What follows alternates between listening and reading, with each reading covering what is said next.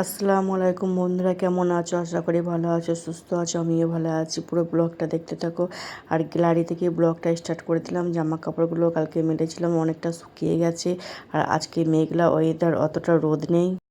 তারপর গ্যালারি থেকে এসে ঘরে এলাম। ঘরে এসে দেখছি মেয়ে উঠে পড়েছে, আর উঠে জানলাগুলোও খুলে দিয়েছে।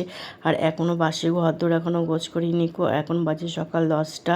আর আমি চলে যাচ্ছি কিচেনে গিয়ে একটু চা বসাবো। আর কালকে রাতে কিচেনটা পরিষ্কার করা হয়নি, কালকে অনেক কাজ করেছিলাম তো, ওই জন্য আর ইচ্ছা গেল না যে কিচেনটা পরিষ্কার করি। না হলে আমি রাতে কিচেন পরিষ্কার করে রাখি, সকালবেলা কিচেনে আসতে কিন্তু ভালোও লাগে। কিচেনটা অল্প করে গুছিয়ে নিয়েছি, বেশি পরিষ্কার এখনও করিনি। চা বসিয়ে দিয়েছি। আর এই চাটা তো খেতে খুবই সুন্দর। এটা হচ্ছে জি পাইল চা, তোমাদের দাদা বড় বাজার থেকে নিয়ে এসেছে। এটা র চা আর এটা দুধ চা। আর চাটা খেতে খুব সুন্দর। আর ওইদিকে মেয়ে একবার ডাকলো, ঘরে গেছে। আর এইদিকে দেখো কি অবস্থা, চাটা পুরো উতলে পড়ে গেছে গ্যাসে।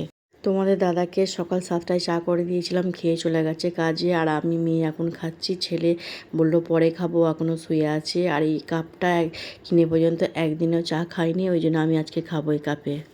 থালা মাজতে মাজতে পানি শেষ হয়ে গেছে, একদম ভালো লাগে না। এমনি কাজে দেরি হয়ে যাচ্ছে, আবার নিচে যেতে হবে কল চালাতে। তাড়াতাড়ি করে লিফটটা চালু করলাম, নিচেই যাবো এখন কল চালাতে। এখন কেউ ফ্ল্যাটে নেই, সব অফিসে গেছে, আমরাই আছি বলে ওই জন্য আমরাই চালাচ্ছি।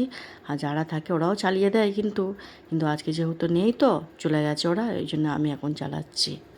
এই যে বন্ধুরা, তোমাদেরকে তো বলা হয়নি যে আমি একটা জামা কাপড় কাচার ওয়াশিং মেশিন কিনেছি। কিন্তু কিসের জন্য কিনেছি যেন, আমার হাতে একটু প্রবলেম হয়েছে, নির্মা হাত দেওয়া যাবে না গো। ডাক্তার বারণ করেছে যে নির্মা হাত দেওয়া যাবে না এখন। ওই জন্য তোমাদের দাদা তাড়াহুড়ো করে আমাকে এই মেশিনটা কিনে দিয়েছে।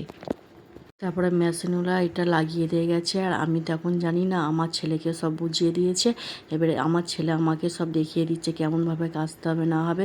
ওই জন্য ছেলের কাছে আমি একটু দেখছিলাম। আর আমরা তো কোনো দিন ব্যবহার করিনি গো। আমরা ছোট থেকে আমরা এমনি পুকুরের জলে, কলের জলে জামা কাপড় কেচেছি, কিন্তু মেশিনে তো কোনো দিন কাচিনি। একটু ভয় ভয় পাচ্ছিল।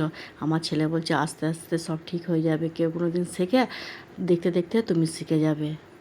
কালকে রাতে একটু ভাত বেঁচে গিয়েছিলো, আমি পানি ঢেলে রেখে দিয়েছিলাম। আর এটা 12টার সময় খাচ্ছি, ডাল চানাচুর ছানা মেখে, শান্তির খাবার এটা।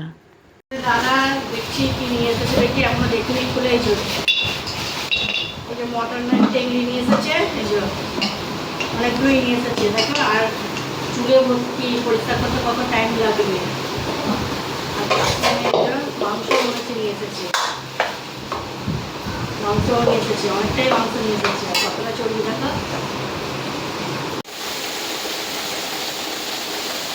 দেখলে, বৃষ্টির আওয়াজটা কেমন। আমি এক গাদা কেচেছি, এখন কোথায় রোদে দেবো বলো তো। মেশিনে তো সবটাই শুকাবে না, অল্পতে ভিজে থাকবে। এখন কি করা যাবে, ভালো লাগে না আমার আর কিছু। আর দুপুরে রান্না বসিয়ে দিয়েছি, আজকে শুধু খাসির মাংস ভাতই করছি, আর অন্য কিছু করিনি। এক পদেরই রান্না করছি। আর আজকে মাংসটা হাঁড়িতে করছি, আর হাঁড়িতে করলে না খেতে খুব সুন্দর লাগে। আর বড় বড় তো আলু কেটে দিয়েছি, আমরা বাঙালি, মাছে মাংসে আলু না হলে আমাদের চলে না। আর দুটো রসুনও দিয়েছি। ভিডিওটা কেমন হলো, ভালো লাগলে লাইক কমেন্ট শেয়ার করে দিও।